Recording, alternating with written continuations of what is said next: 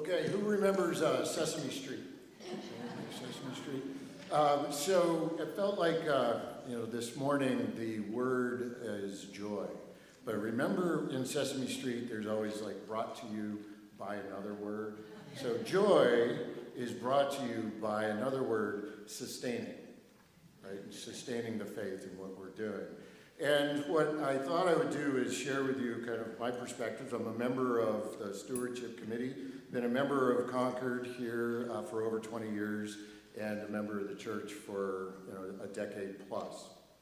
So when we think about this as the word sustain, what does that really mean? This is to support, to uphold, and it is to keep something going over time. And this is kind of where it's not just a one-time effort, but it is something that we feel that it is worth. This is worth preserving. This is something that warrants a continued investment. And so we think about sustaining in our daily lives. We think about our health. What does it mean about sustaining health? It's, getting some exercises, thinking about what you eat. You think about sustaining a relationship. You have to be present.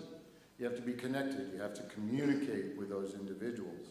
None of this happens automatically. It takes work. It takes, intentional work on our part. And this is the same for our church community. And our Tricon Church is alive, right? Think about where we were to where we are today.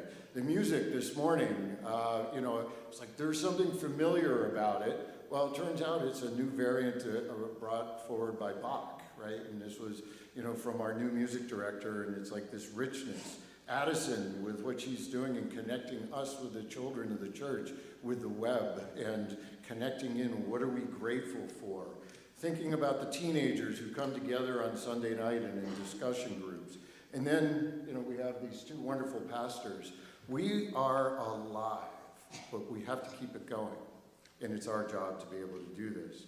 And when I think about that investment and seeing what happens, I've seen firsthand, and being a proud father, of two children who grew up through this church. And this is where these investments pay off.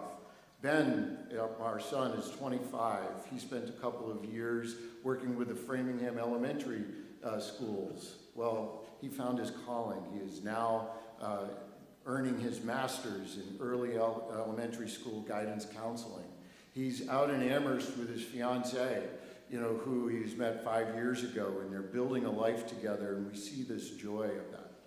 Our daughter, Julia, recently graduated from Holy Cross, and I saw this, this is the alumni magazine, and in Holy Cross there's an article, and the article, starts off and it says, the Catholic Church's best kept secret.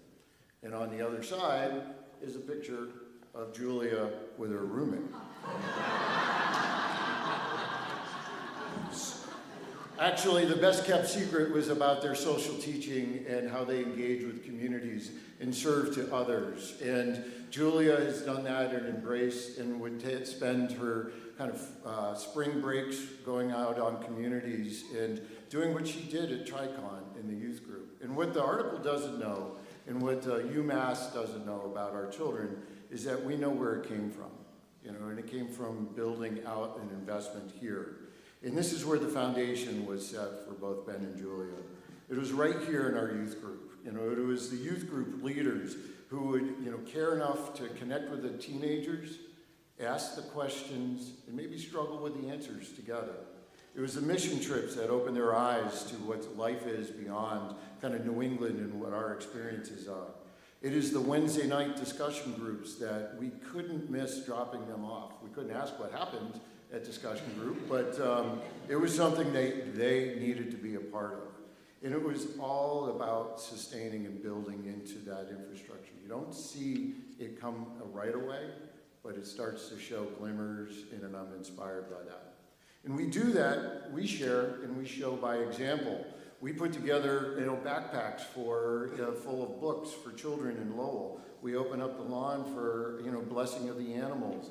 We continue to build out kind of mission and engagement and, inspiring, in our young people, our middle-aged people, and our seniors to go out and change the world. So sustaining this mission requires investment.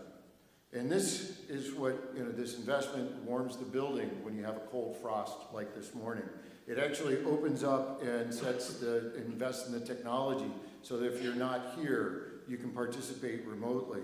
It also allows you to do technology, like if you want to pledge, you can use the QR code on the back of the bulletin right here and see all the other questions that may have, with some of the answers from the Stewardship Committee.